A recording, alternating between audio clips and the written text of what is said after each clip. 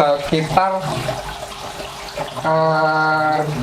seberangnya mana kalau Joko Kandung ya, seberangnya Aryo Jeding. Rejo Tangan itu berarti. ya seberangnya Munut. Oke.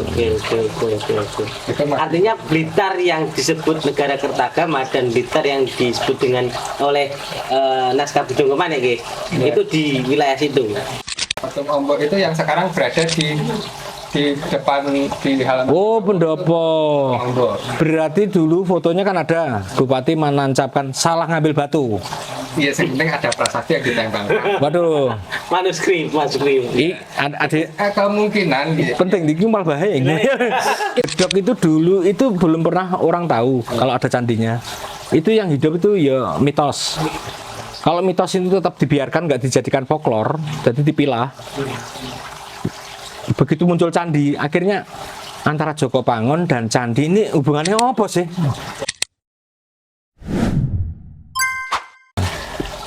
Kalau yang menjadi tanah Pak Batuan itu saya kurang begitu paham itu Ya, tadi bagiannya Mas Heritage tadi ya.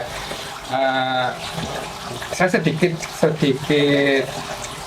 mempelajari itu lebih banyak kaitannya dengan era di Majapahit seperti tadi di Blitar ya, itu memang dicantumkan dalam negara Kertagama. Nah, seperti yang disampaikan tadi bahwa kemungkinan tidak yang Blitar itu tidak di kota yang sekarang. Tidak di kota Blitar sekarang Ya. ini. Karena kalau kita lihat dari kunjungan Hayam Wuruk itu dari Pala, kemudian Luang Lentar, Manguri, Blitar, kemudian Jimbe, Lodoyo, dan baru ke Simping. Jadi kalau asumsi itu masih asumsi saya. Jadi Belum hipotesa, ya, belum. jadi masih dari sana, dari utara ke Luang Lentar. Kemudian kalau anggapannya misalnya itu kalau perjalanannya sama ya, tidak meloncat-meloncat. Jadi dari sana kemudian baru nyebrang dari Blitar, nyebrang sungai ke Jimbe. Kan berada di selatan Sungai Brantas, Jimbe itu desa Jimbe. Nah, dari negara Kertagama itu ada satu rujukan lagi, itu naskah Bujang Kamanik. Jadi itu perjalanan seorang pangeran dari Sunda yang keliling Jawa. Itu beliau lama berada di Pala. Kemudian dari Pala itu menuju berjalan ke Tenggara, itu ke Waliring, kemudian kemana lagi, baru ke Blitar. Dari Blitar nyebrang sungai ke wilayah Jimbe. enggak, kalau Simping. bukan ke Simping, kalau itu langsung ke arah Tulungagung.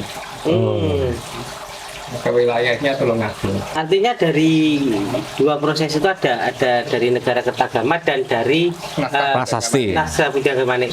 Itu disebutkan Blitar. Blitar. Blitarnya itu di mana, Pak? Kalau sekarang ini?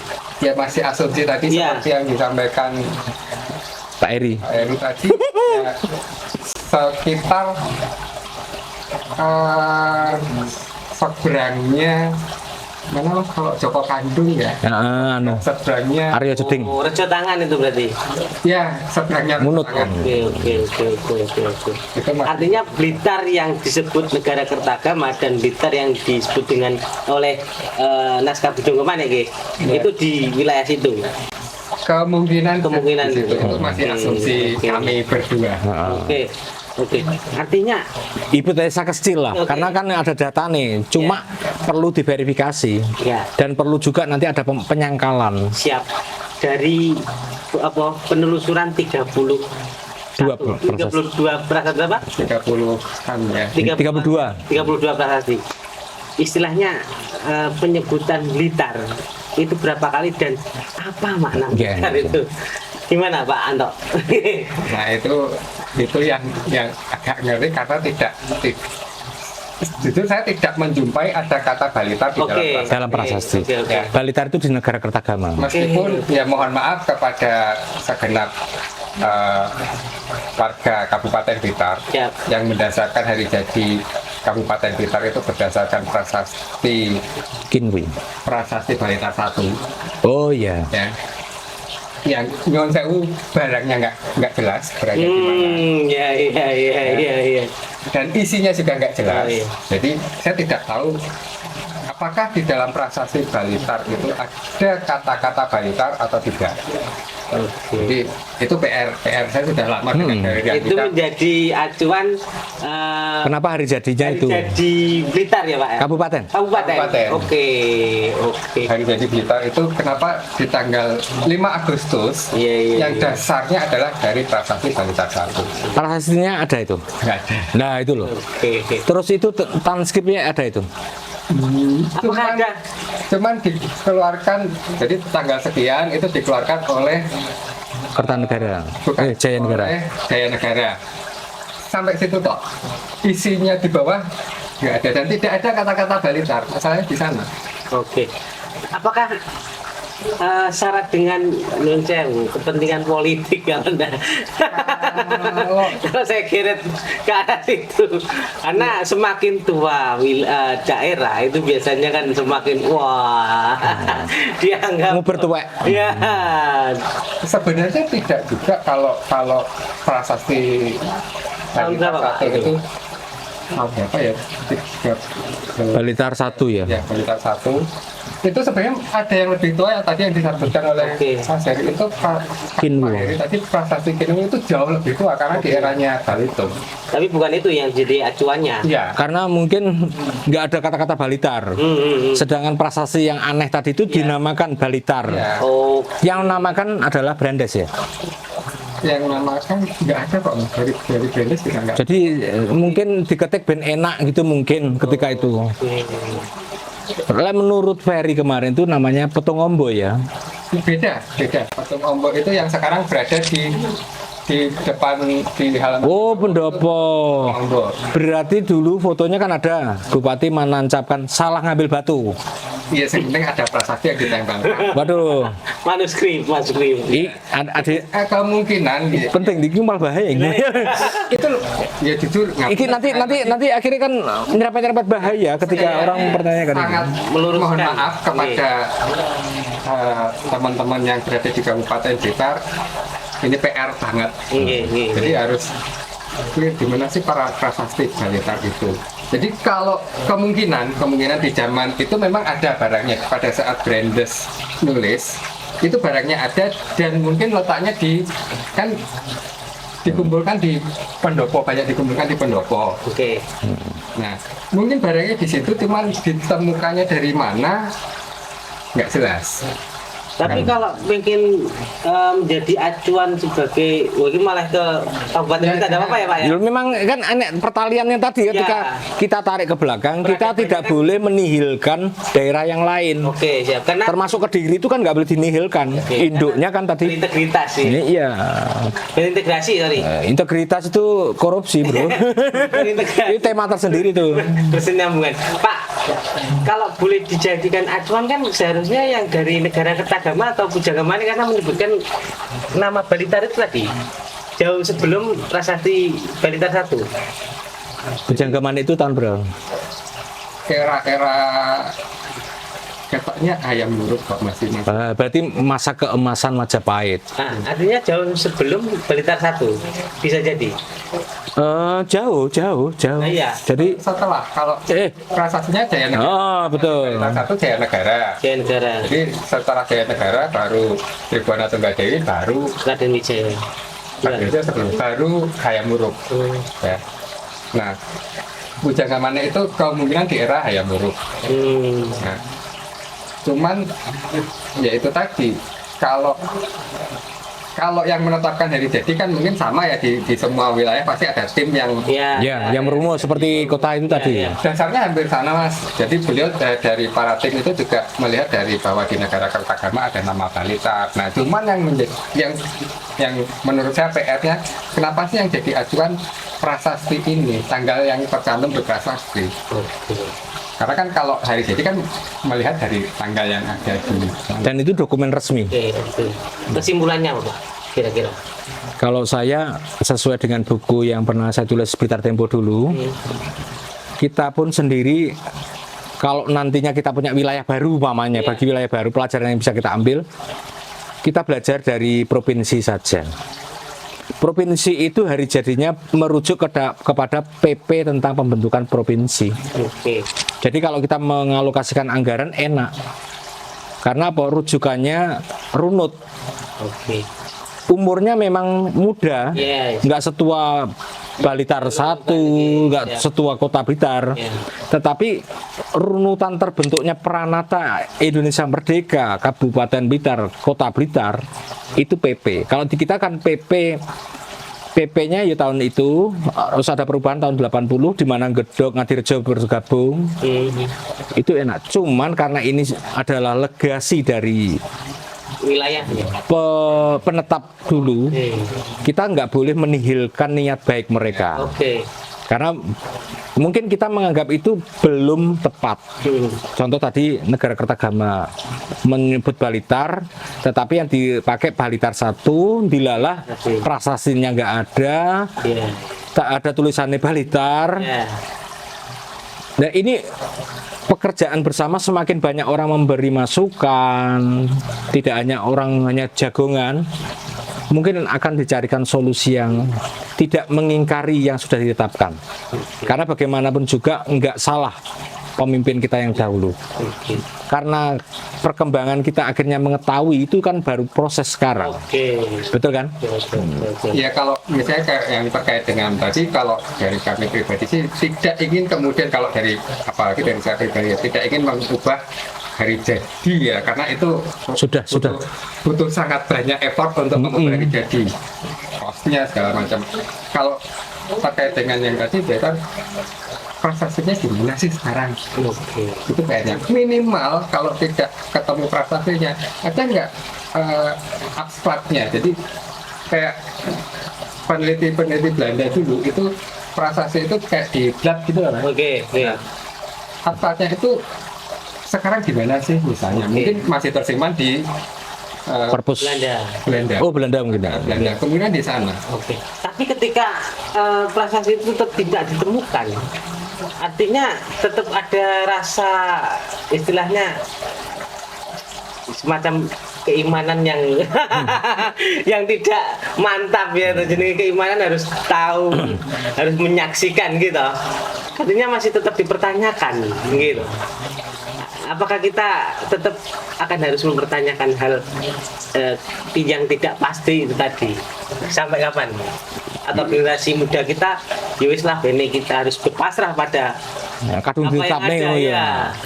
Lek saya kan kita kembalikan kepada filosofi tentang perlunya city branding atau branding sebuah daerah, simbol. Jadi yang saya melihat logo-logo itu tadi, Siap. termasuk hari jadi itu adalah sebagai bentuk titik untuk melakukan refleksi. Kalau dari Kota Blitar kita ngambil refleksi, polanya hampir sama dan sebagainya, sebenarnya kan goalnya kita ambil legasi yang baik. Mungkin yang ingin ditanamkan oleh generasi dulu, kalau kita itu sampai ke gini, ini belum sempurna, maka generasi berikutnya harus sempurna.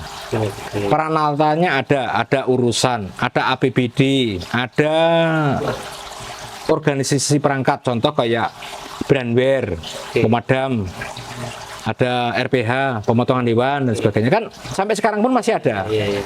Jadi ada legasi yang terus mengikuti, itu namanya peradaban, ada keadaban. Oke. Kalau kita nariknya ke belakang terlalu jauh, kita juga tidak tahu pakaiannya orang Majapahit seperti apa. Yes. Aryo Blitar itu siapa? Karena konteks membedah Aryo Blitar ini harus di bab yang ketiga nanti harusnya. Siap. Karena gini, Blitar itu apa? Blitar itu siapa? Siapa Aryo Blitar yang biasa dikunjungi oleh pejabat kita, oleh kita sendiri? Kapan itu mulai muncul? Jangan-jangan kalau ini tetap dijadikan hal biasa, bukan hal untuk mengedukasi, bukan hal untuk mencari esensi, sejarah ya akhirnya tetap menjadi milik sejarah. Padahal sejarah itu sebenarnya hanya alat untuk meniti jalan ke depan. Orang menyebutnya sejarah itu, masa lalu itu sebagai masa kegelapan. Enaknya saya mengatakan masa keemasan. Kita juga nggak tahu. Nyatanya ketika suksesi kepemimpinan berdarah-darah nggak? Kita lihat dari Ken Arok sampai ini berdarah-darah kan? Berarti peradabannya jelek dong. Betul kan? Ketika masuk ke Islam, bukan saya menjelekkan tapi ada perubahan. Ada seorang yang besar bernama Sultan Agung melahirkan tokoh yang benar-benar 180 derajat dari tokoh hebat ini. Namanya Amangkurat. Wah, luar biasa. Berarti kepemimpinan Jawa di era Islam ini, apakah ini ada sesuatu yang bisa kita ambil sebagai rututan ke belakang tadi itu? Bajunya mungkin kelihatan. Cuma apakah di era itu ada peradaban? Karena di era itu, di era Pakubuwono ke belakang di Amangkurat itu, saya menyebutnya sebagai senjakala tanah leluhur sampai era tanah tak bertuan. Jadi gambaran birokrasinya, gambaran legasi yang dibawa ke sini itu nggak ada. Ini namanya keterlepasan sejarah. Nah, ini kalau memang sudah terlanjur diputuskan, ayo temukan ini di era senjakala tanah leluhur kita, di era laksana tanah tak bertuan itu. Karena di catatan melampaui sebuah sima tadi, kita daerah istimewa di era zaman Majapahit. Dan itu pun Balitar, bukan Balitar Sukorejo. Bukan asumsi, itu hipotesa kami. Berdua. Kita diskusi tentang itu.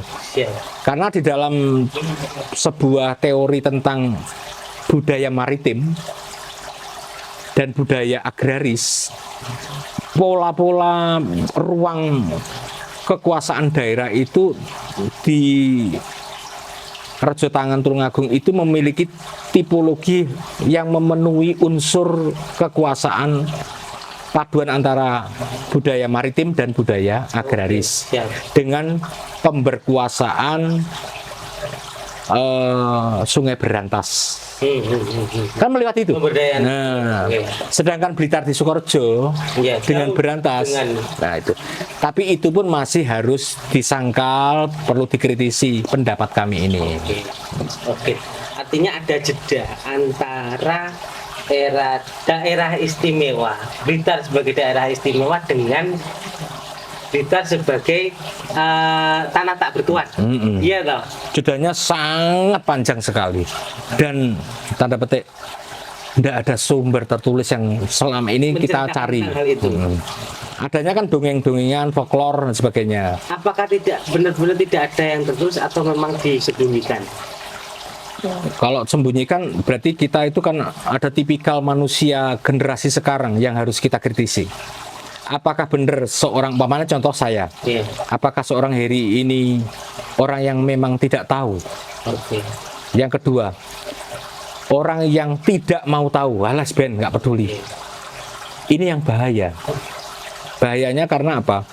Kalau sampean memberdayakan tentang masa lalu sebagai kekuatan masa depan, ada perubahan energi, perubahan menjadi kebijaksanaan dan keadaban, maka sifat-sifat ini perlu dipertanyakan.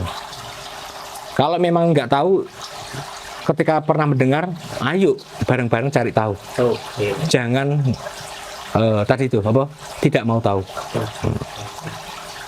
Tapi ketika pun tahu, istilahnya mungkin ya ada sebuah petikan atau sebuah istilahnya hikmah. Kita memberdayakan folklore, akhirnya sebagai kunci.